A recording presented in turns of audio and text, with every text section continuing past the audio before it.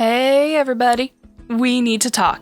The pressure of writing a first sentence is unmatched. Scientists have yet to study it properly, but I'm convinced it activates the part of the brain that makes people forget how to act normally when someone says, "So tell me about yourself." Suddenly, I don't know what words are. What is a sentence? What is writing? What is grammar? Actually, to be fair, I never really knew what that one was anyways. And yet, here I am, once again, on my own, trying to craft an opening line that will single-handedly carry the weight of my entire novel. One sentence that will make readers gasp, clutch their pearls, and whisper, This is literature." Spoiler, that never happens. Instead, I stare at my screen like a cryptid caught in the flashlight beam, retyping the same 5 words in different variations until I forget why I even wanted to write this book in the first place. But today, I refuse to let the first sentence defeat me. Today, we are embracing the chaos. What do you mean that was the intro? That was so long! Welcome back to Rough Draft Saturdays, where we stop overthinking, start writing, and have fun with it for once. Writing a first sentence is one of the most frustrating experiences I have ever had as a writer. It carries so much weight, so much pressure to be perfect, that it can bring my entire creative process to a screeching halt before I even start. And we all know how hard it is to get my creative process going. It's the reader's first impression, the handshake, the doorway to the rest of the story. If I do it right, I grab attention, I set the tone, and make someone want to keep reading. If I do it wrong, I risk losing them before they even reach the second paragraph. No pressure, right? That's the problem. I know the first sentence is important, so I overthink it to the point of absurdity. I'll sit there rewriting the same handful of words, convinced that if I don't get it just right, the entire novel will fall apart. This, of course, is nonsense. The first sentence, like every other part of the draft, can and will change, and yet for some reason, this is the one line that paralyzes me the most. But here's the thing. I don't need a perfect first sentence. I just need a starting sentence. I need something that will pull me forward instead of make me feel like I have to craft the next Call Me Ishmael on the first try. Some of the best opening lines in literature are actually pretty simple.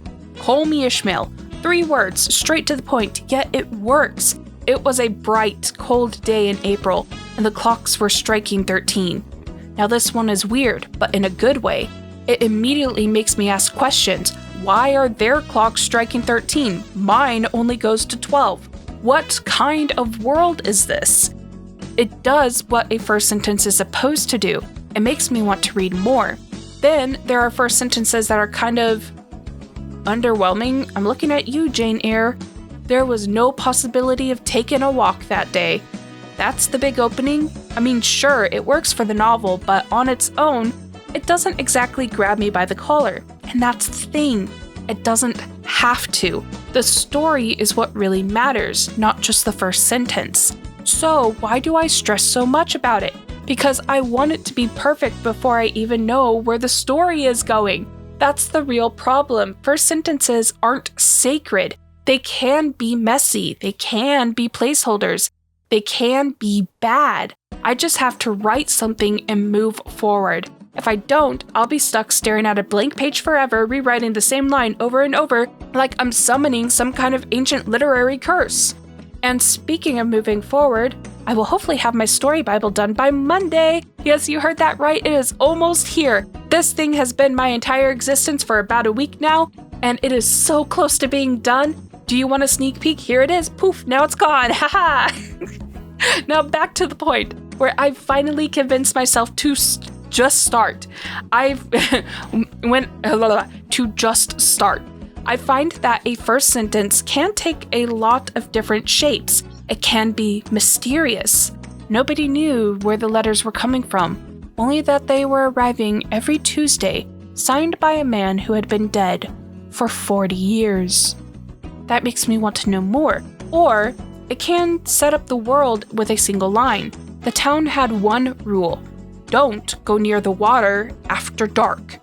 Immediate tension. immediate questions. Sometimes a first sentence needs to be dramatic. The king is dead, long live the traitor. No wasting time, just straight to the action. Or maybe it dives right into a moment of violence. Blood dripped from the tip of her sword, pooling at her feet as the battlefield fell silent. Those are the kinds of openings that throw me straight into the middle of something, which is often the best way to start a story. Not always so, but it is one that I like to do quite often.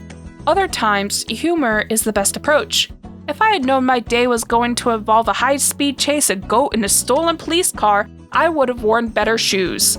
That's unhinged, chaotic, and makes me immediately want to know what's going on. Or this one, some people are born great. Some achieve greatness, some have greatness thrusted upon them. I, unfortunately, tripped and fell directly into it.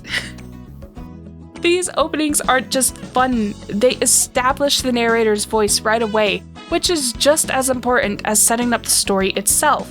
And then there are the weird first sentences, the ones that make me question reality for a second. The moon blinked at me, and I blinked back.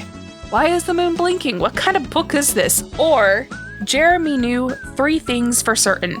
The sun was hot, water was wet, and the man standing before him had too many teeth. Too many teeth? I don't like that. And that's exactly why it works.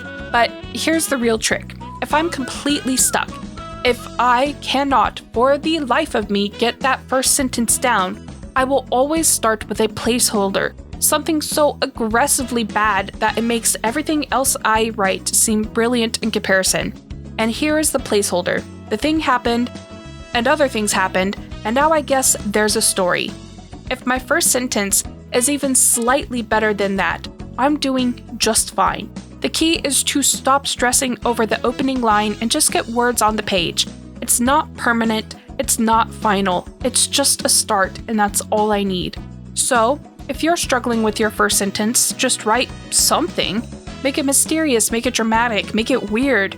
And if none of those work, make it terrible on purpose, because if your opening line is even remotely better than the thing happened, and the other things happened, and now I guess there's a story, then you're already ahead. At the end of the day, the first sentence matters, but it's not everything. The best thing I could do for my story is to stop overthinking and just write. Everything else could be fixed later. I'll see you guys on Monday for some quick tips.